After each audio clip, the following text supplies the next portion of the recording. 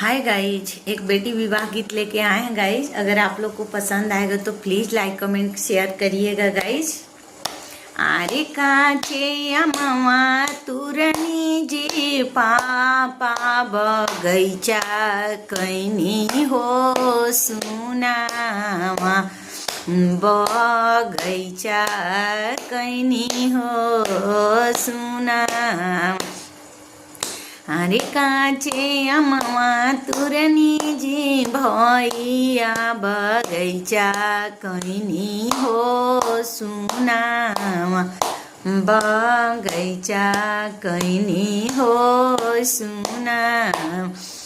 अरे पोसल पासल धियवा जी पापा बिसारी कैसे हो आईनी बिसारी कैसे हो आईनी। अरे सुंदर सुंदर बहिनिया जी भैया ते आगी कैसे हो आईनी ते आगी कैसे हो आई।